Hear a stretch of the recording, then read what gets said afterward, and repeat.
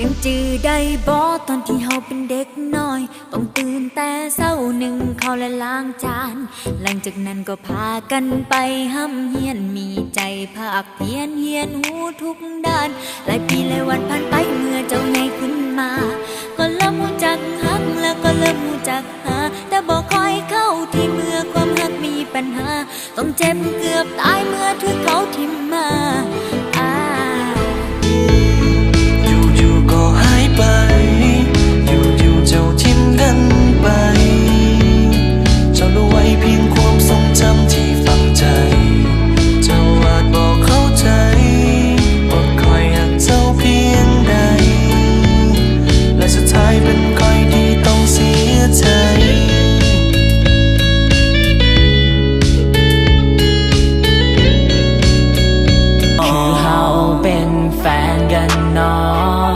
นี่คือคำขอของลูกผู้ชายคอยจะโอบกอดเธอไว้ด้วยหัวใจ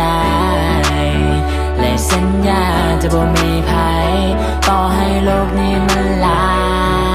ยคอยก็หาเจ้า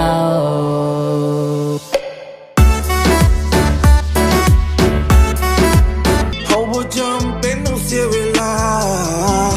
ตอนเราคบกันมีแต่ปัญหาเขาบ่จำเป็นต้องเสียเวลานะเพราะว่าหักเขาทั้งสองคงไป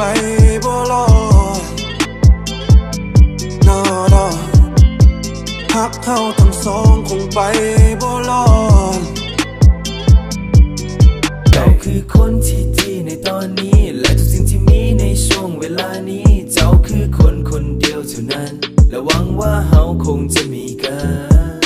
เจ้าคงเป็นนางฟ้าตกลงมา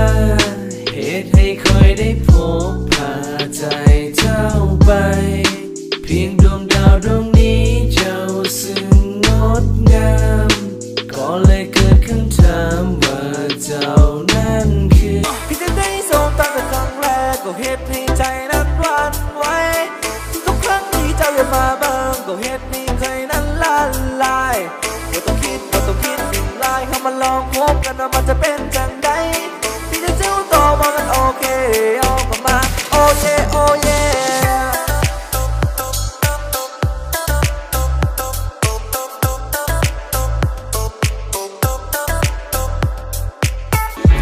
เจ้าที่ถอดเรื่องก้าวตอนนี้ค่อยเหงาพอคืนนี้ค่อยบ่มีเจ้าแต่บ่เป็นหยังถึงว่าเฮาต้องห่างกันและในตอนนี้ก็ยังบ่ฮู้ว่าเจ้าสู้เรื่องนี้จังได๋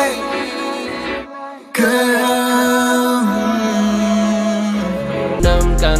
คอยกี่ผิดไปแล้วที่ให้เจ้าเป็น number one ให้จนว่าเศร้าทิ้งทุกอย่างที่เคยฝันเธอให้คอยต้องเฮือได้ทุกวัน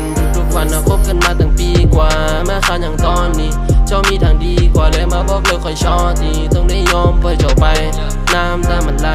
ความฝันสลายบ่มีเจ้าอยู่ข้างกายบ่มีเจ้าอยู่ข้างกาย